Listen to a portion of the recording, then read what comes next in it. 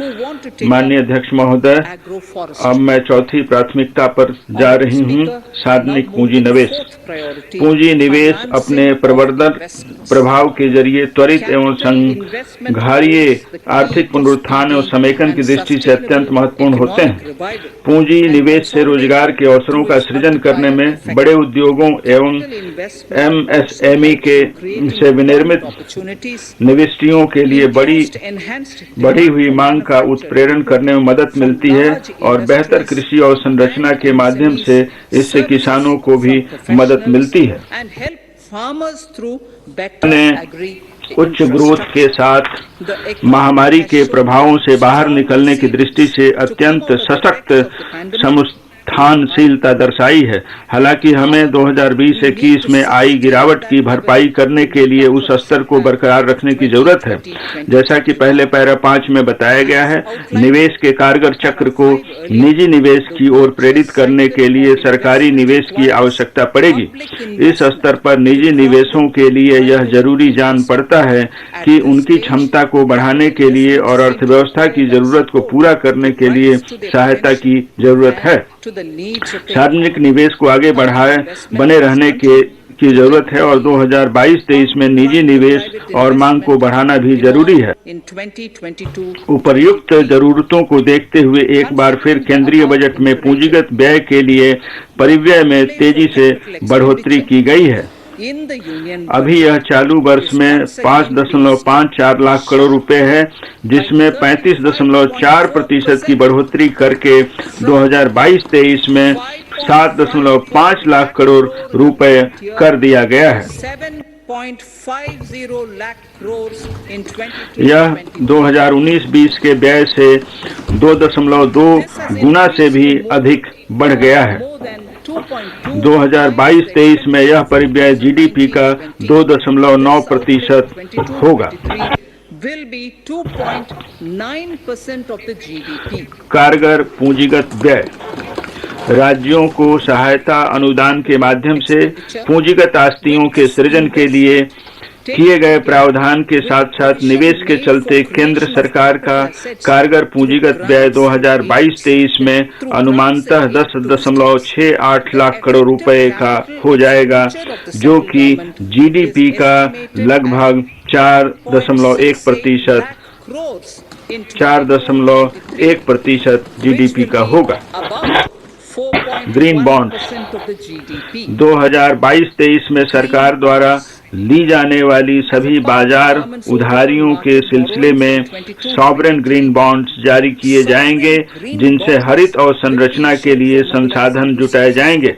इससे प्राप्त धन को सार्वजनिक क्षेत्र की ऐसी परियोजनाओं में लगाया जाएगा जो अर्थव्यवस्था में कार्बन इंटेंसिटी को कम करने में सहायक हों।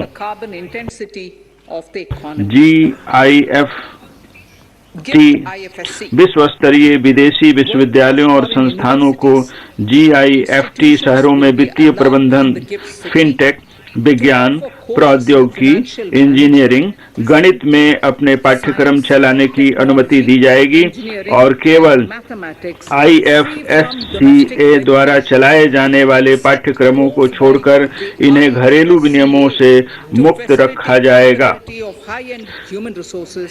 इससे सेवाओं और प्रौद्योगिकियों के लिए उच्च स्तर के मानव संसाधन उपलब्ध कराए जा सकेंगे। will be set up in the GIFT City for timely settlement of disputes under international jurisprudence. GIFT शहरों में अंतर्राष्ट्रीय विवाचन केंद्र की स्थापना की जाएगी, जिससे अंतर्राष्ट्रीय न्याय शास्त्र के अनुसार विवादों का समय पर समाधान किया जा सकेगा। देश में सतत एवं माहौल के अनुरूप वित्त पोषण के लिए वैश्विक पूंजी जुटाने के लिए आवश्यक सेवाएं GIFT शहरों में दी जाएगी। डेंस चार्जिंग इंफ्रास्ट्रक्चर और ग्रिड स्केल बैटरी सिस्टम वाले डाटा सेंटर्स और एनर्जी स्टोरेज सिस्टम्स को और संरचनाओं की हार्मोनाइज्ड लिस्ट में शामिल किया जाएगा। इससे डिजिटल और संरचना और स्वच्छ ऊर्जा भंडारण के लिए क्रेडिट सुलभ हो सकेगा। उद्यम पूंजी और निजी इक्विटी निवेश। उद्यम पूंजी और निजी इक्विटी ने पिछले साल 5.5 लाख करोड़ रुपए से अधिक का निवेश किया था, जिससे स्टार्टअप और विकास के एक बहुत बड़े इकोसिस्टम का मार्ग प्रशस्त हुआ है। इस प्रकार के निवेश को बढ़ाने के लिए इनके विनियामकों और अन्य प्रकार की बाधाओं की समग्र रूप से जांच परख किए जाने की जरूरत है। इसके लिए एक विशेषज्ञ समिति का गठन किया जाएगा जो इस तरह की जांच परख करके उचित उपाय सुझाएगी। Government-backed funds, NIIF, a multiplier fund of funds have provided सरकार के द्वारा सहायता प्राप्त फंड्स NIIF और फंड्स के सिडबी फंड से अत्यधिक पूंजी प्राप्त हुई है, जिससे बहुआयामी प्रभाव देखने में आया है। प्रमुख उद्यमान क्षेत्रों जैसे कि climate action, deep tech, digital economy, pharma और एग्रीटेक को बढ़ावा देने के लिए सरकार सम्मिश्रित वित्त पोषण के लिए उद्देश्यपरक धन उपलब्ध कराएगी। इसमें सरकार का हिस्सा 20% तक सीमित होगा और कोष का प्रबंधन निजी कोष प्रबंधकों द्वारा किया जाएगा। अवसंरचना परियोजनाओं की वित्तीय संभावनाओं अवसंरचना की जरूरतों के वित्त पोषण के लिए यह जरूरी है कि सरकारी निवेश में बड़े पैमाने पर निजी पूंजी भी मिलाई जाए।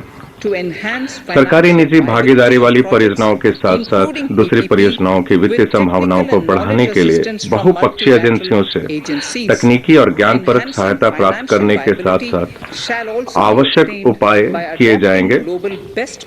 इनकी वित्तीय संभावना को बढ़ाने के लिए विश्व के सर्वोत्तम तरीकों को अपनाना होगा, वित्त पोषण के नए रास्ते अपनाने होंगे तथा संतुलित जोखिम परक आवंटन किया जाना होगा। डिजिटल रुपया, सेंट्रल बैंक डिजिटल करेंसी को चालू करने से डिजिटल अर्थव्यवस्था को बहुत अधिक बढ़ावा मिलेगा। डिजिटल करेंसी से एक और अधिक दक्ष और सस्ती करेंसी प्रबंधन व्यवस्था देखने में आएगी।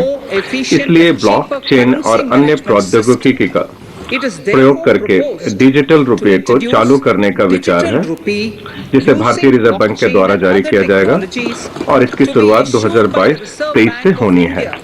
Starting 2022 and 23. पूंजीगत निवेश के लिए राज्यों को वित्तीय सहायता, सहकारी संघवाद की सच्ची भावना को जाहिर करने के लिए केंद्र सरकार राज्यों को मजबूती प्रदान करने के लिए कटिबद्ध है, जिससे कि वे उत्पादक परिसंपत्तियों के सृजन और लाभप्रद रोजगार पैदा करने के लिए अपने पूंजी निवेश को बढ़ा सके। पूंजीगत निवेश के लिए राज्यों को वित्तीय सहायता की योजना का सभी राज्यों ने बहुत ही जोरदार ढंग से स्वागत किया है। मुख्यमंत्रियों और राज्य वित्त मंत्रियों के साथ हुई मेरी बैठक में मिले अनुरोधों को सम्मान देते हुए चालू वर्ष में इस योजना के अंतर्गत बजट अनुमान में रखे गए 10,000 करोड़ रुपए के पूंजी परिव्यय को संशोधित अनुमान में बढ़ाकर 15,000 करोड़ रुपए कर दिया गया है।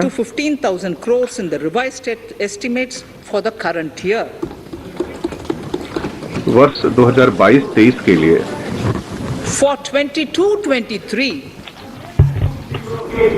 I'll repeat that. मैं इस वाक्य को फिर से दोहराती हूँ। I'll repeat that sentence for the benefit of many of our honorable members. In deference मुख्यमंत्री और राज्य वित्त